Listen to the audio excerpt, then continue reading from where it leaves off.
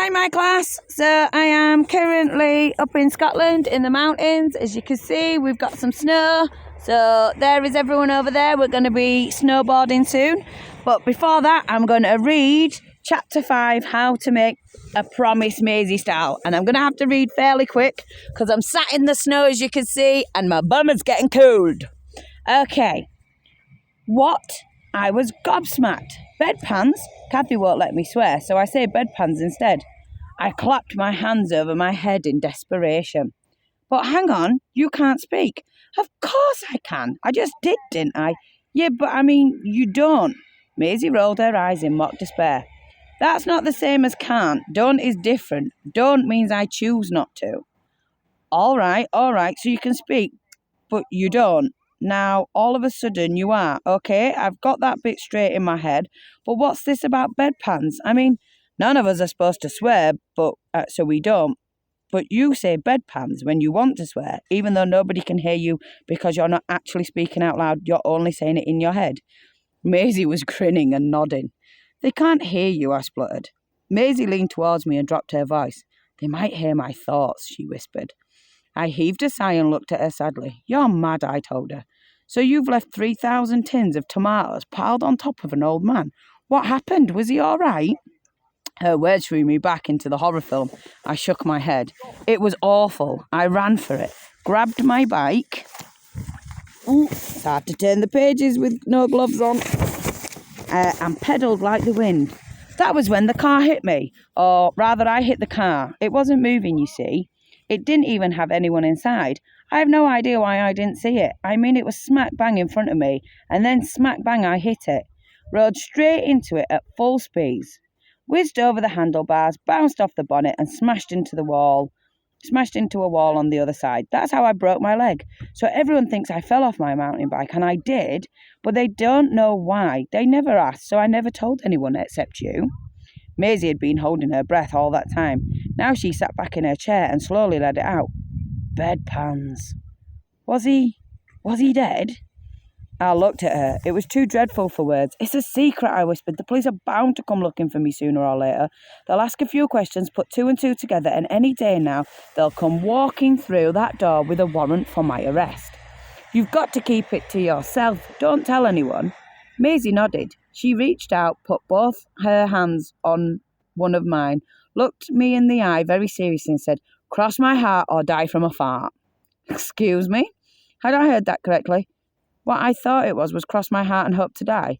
That's not what we say at our school. I don't go to your school, Maisie pointed out. We say, cross my heart or die from a fart. At least I do.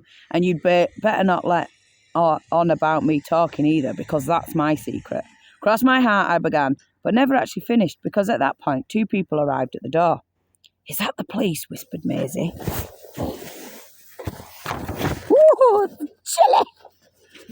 No, my parents. Mum and Dad came across beaming at me, and Mum leaned over and gave me a kiss, which was embarrassing but inescapable if you've got a broken leg. She smiled at Maisie. Hello, what's your name? My heart sank, but Maisie silently smiled back. Do you have a name? Prompted Mum, and then, because Maisie remained quiet, Mum suddenly put a hand to her mouth. Oh, I'm sorry, you're deaf, aren't you? Can you lip read? Before I could stop, Mum bent down very close to Maisie, pointed at her mouth with both hands and said, sorry, making her lips move very slowly. I couldn't stand it any longer. Mum was making a clown of herself and Maisie was making fools of all of us, so I spoke up instead. She's Maisie, she's not deaf, Mum, it's just that she doesn't speak, actually comes from another planet, she's here under observation and she's completely poo-brained. Jack, snapped Dad, that's enough, don't be so unkind. He turned to Maisie and said, sorry about my son. He can be very rude. Maisie got to her feet. She threw a highly amused glance at me and left to get slagged off by my own parents while she went giggling across to the desk, grabbed Kathy by the arm and off they trotted. I watched until I couldn't see them any longer, wondering if my secret would be safe with the ginger alien. Mum and Dad brought some photos of Lazybones, my cat. He's black and white and purrs like a Harley Davidson and likes to lie across my shoulders when I'm watching telly. He misses you, said Dad. So does Ben. He's over at his friend's place today, but we thought it might be more peaceful to visit without him. We all miss you, said Mum, stroking my hair. Princess Lala sniggered at me from the room. She mouthed the words "Mummy's boy" at me. I hurriedly pulled my head away. "I'll be home soon," I murmured hopefully. "Of course you will," said Mum. "Doctor says you're making excellent progress." She sniffed the air. "You smell of hospital soap." "They gave me a bed bath this morning," I muttered darkly. "I'm considering writing to Childline. My human rights have been violated." "Darling, if you don't wash regularly, you will become a stink bomb, and then everybody else will feel that their human rights are being violated by you." Mum smiled triumphantly, as if she'd outsmarted me, which I guess she had sort of, again. "We could have a party when you come out," Dad suggested. I know he meant come out of hospital, but to me it sounded like come out of prison. "You could invite Daisy," Mum said. "That would be nice, she'd like that."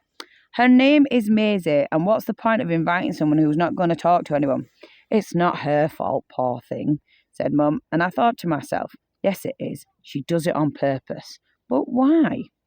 Mum and Dad stayed for about 2 hours, and it wasn't until after they'd gone that I was able to put my brain to good use. Princess Lala had been smirking at me all the time my parents stayed, so I started to think of a way to get even with her, and eventually I came up with a plan. My big problem was that I was stuck in the bed, so I needed some help. I called Liam over and explained the idea. "Cool," he said. "Where's the note?" I scribbled a quick message. "Darling Ashley, you are cute. I fancy you. K." "That should do it," I said, folding it in half. "Wicked." Liam slipped the note in his pocket.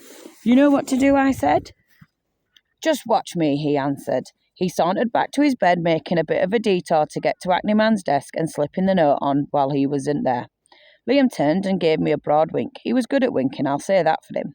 I didn't feel any better about things, though, and the day dragged on. It was one of those days, a real draggy day. Do you know what I mean? Telling Maisie about the supermarket had left me feeling flat and empty. All I could be bothered to do was stare at the ceilings, the wall, and the doors. The doors of doom. I had never known such threatening doors. Every time they banged open, every time they banged open, my heart stopped because I knew that sooner or later the police would walk in and the game would be up. They say that sometimes in cop stories on TV, don't they? The game's up, you're nicked, son. But it's not a game at all. Games are supposed to be fun, and I can tell you that waiting for the police to come and get you is no fun at all. And then the doors of doom did bang, and my heart missed a beat. Clocked who it was and started again. Great, here comes Miss Crispin from the hospital school. Lucky me. "Oh, yes, we even have a school in hospital. There's no escaping schools or baths. Miss Crispin had a project for me to do. Maths, my favourite subject. That's called irony. Mrs. Fetlock taught me that. At first I thought it must have been something to do with actual ironing, but it doesn't. I want you to make a bar chart," said Miss Crispin. "It can be about anything you like. For example, how many different kinds of people come into this ward during the day. Different kinds, like how many people with only one eye, how many with heads stuck in a saucepan, how many with broken... No, Jack, that isn't what I mean. I mean, how many men, women, boys, girls, nurses, parents, and so on come walking through those doors. That's what I mean. Bedpans, as a certain person might say. The doors of doom again, and a maths project. What a lovely day I was having. My happiness was complete." Think he's being a bit sarcastic, don't you? Anyway, guys, I'm going to head off down and slide down the mountain so I can go do some stuff, and I will see you guys in class. Bye.